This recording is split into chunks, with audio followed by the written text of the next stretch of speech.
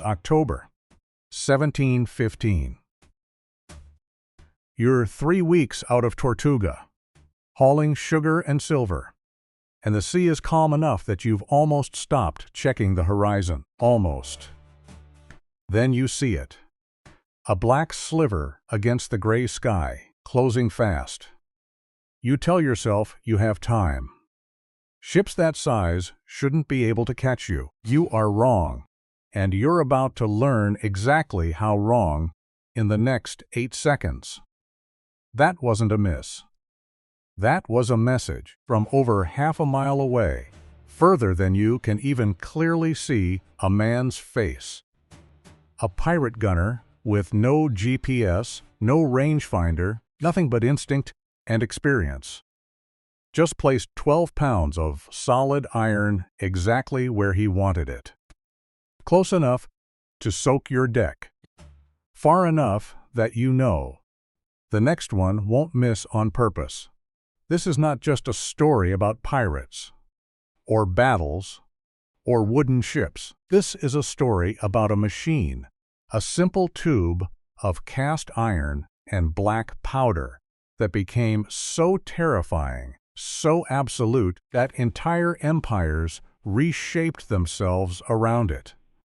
It decided who got to rule the oceans, who got to grow rich off the new world, and who ended up feeding the fish. By the end of this video, you'll never look at a cannon the same way again. This is the story of the gun that built and broke the age of sail. To understand why the cannon mattered so much, you have to understand what came before it. For most of naval history, a sea battle was basically a land battle that happened to be floating. Ships would close in, throw grappling hooks, and men would scramble across the gap to hack at each other with swords and axes. The ship itself was just a stage. The real fight happened on the deck. But somewhere in the 1500s and 1600s, that started to change. And it changed because shipbuilders got terrified of something new. Ships stopped being simple transports and became floating fortresses. Oak hulls, sometimes laminated 2 feet thick at the waterline, designed specifically to absorb punishment that no sword or arrow could ever inflict. Suddenly, you couldn't just board a ship and win. You had to get through it first. A 2-foot wall of seasoned oak doesn't care how sharp your cutlass is. It doesn't care how brave your boarding party is. It only cares about one thing: force. And that's where the cannon stopped being a novelty and became the single most important weapon on the water. Enter the 24-pounder and its terrifying cousins, the 32 and even 42-pounders found on the largest warships. We like to imagine pirates as chaotic, drunken brawlers firing wildly into the fog. The truth is almost the opposite. Pirate gun crews were some of the most efficient artillery operators of their era because their entire economic model depended on precision. A merchant ship sunk to the bottom of the Atlantic is worth exactly nothing. A merchant ship crippled, terrified, and surrendering intact is worth a fortune in cargo, ransom, and recruits. So pirates didn't aim to destroy. They aimed to dismantle. Take out the rigging, shatter the wheel. Kill the officers giving orders. The goal wasn't to sink the ship. It was to sink the crew's will to keep fighting, and that distinction is the key to everything that follows.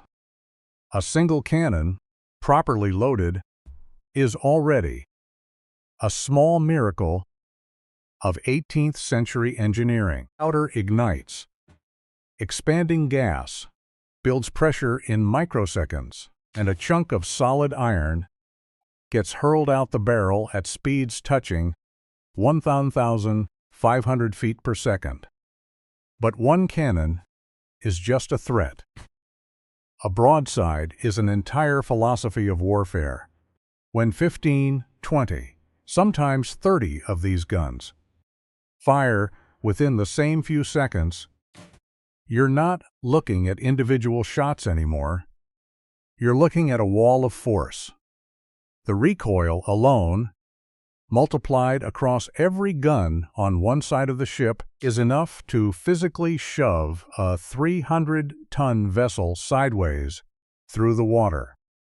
Imagine standing on a deck during that.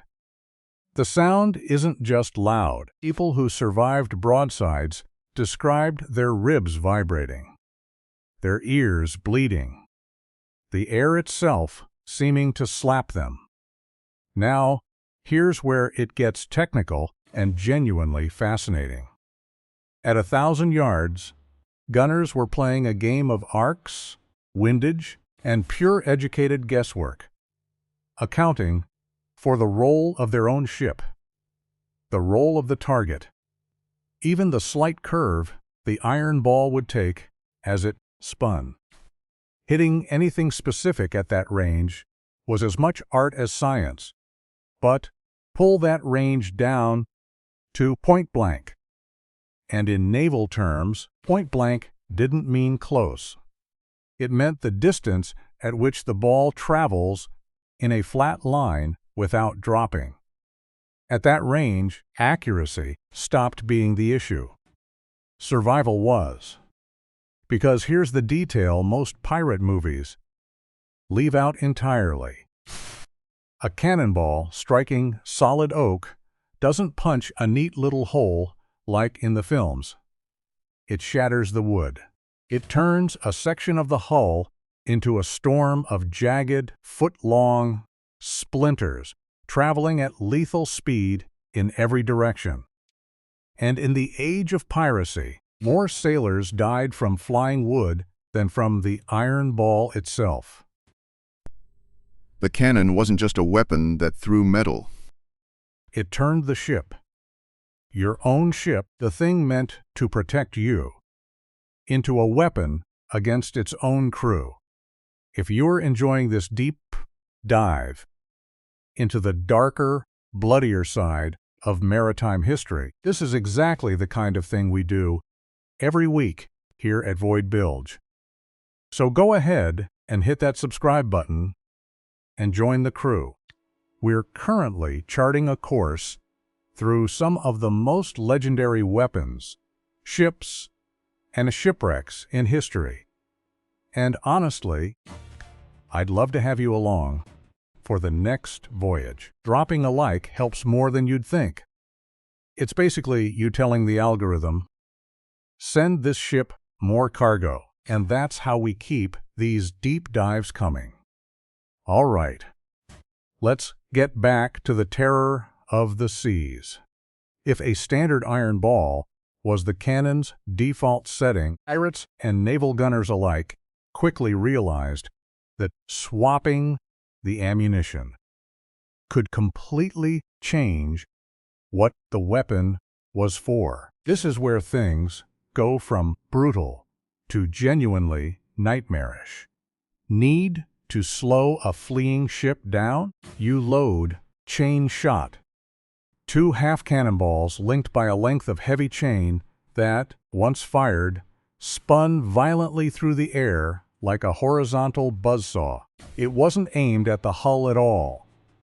It was aimed at the rigging, the masts, the sails, anything that let a ship outrun you. One well-placed shot of chain could turn the fastest ship in the Caribbean into a dead, drifting target in seconds. Visual: close-up on a canvas bag of grape shot being loaded. Then an animated burst, spraying outward across a deck. But if the goal was to clear a deck full of enemy sailors before a boarding party went over, that's when you loaded grape shot sometimes called the gardener's friend by sailors, with a dark sense of humor. Hundreds of small iron or lead balls packed into a single canvas bag, fired at close range into a crowded deck. It didn't behave like a single projectile. It behaved like a horizontal hailstorm of metal, turning open deck space into what surviving sailors grimly called a meat grinder. And here's the part that actually mattered most. Strategically, the mere sight of gun ports rolling open on a ship like the Queen Anne's Revenge was often more effective than firing a single shot. Merchant crews who had heard the stories, who knew what chain shot did to rigging and what grape shot did to a crowded deck, frequently surrendered. Surrendered the moment they saw those black mouths of iron staring back at them. The cannon's greatest power wasn't always destruction. Sometimes it was simply the promise of it. Here's the bigger truth hiding underneath all of this. The cannon didn't just decide who won individual battles, it decided who got to own the world. A small crew of 100 or so pirates, armed with enough cannon, could threaten shipping lanes that entire kingdoms depended on for their wealth. That kind of leverage forced the great naval powers, Britain, Spain, France, to pour staggering amounts of money into building ships of the line, vessels designed around one single purpose, carrying as many guns as physically possible. Trade routes were redrawn. Convoys were formed. Entire colonial economies were reshaped, all in response to the simple, brutal math of artillery. The phrase, 1,000 yards of terror, isn't just dramatic flair for a YouTube title.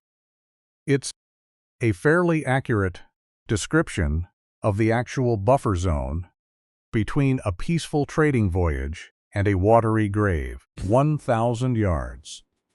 That's the distance empires built their entire naval strategy around.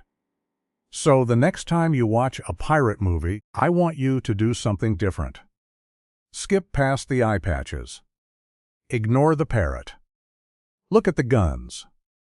Because in the real history of the Caribbean, the loudest shout never won a single battle. The loudest boom did. Every single time. Thanks for sailing through this one with me here at Void Bilge. Now I want to hear from you. What's the most terrifying historical weapon you've ever come across? Drop it in the comments. I genuinely read everyone. If you made it this far, you already know what to do. Subscribe. Ring that bell, and I'll see you in the next video.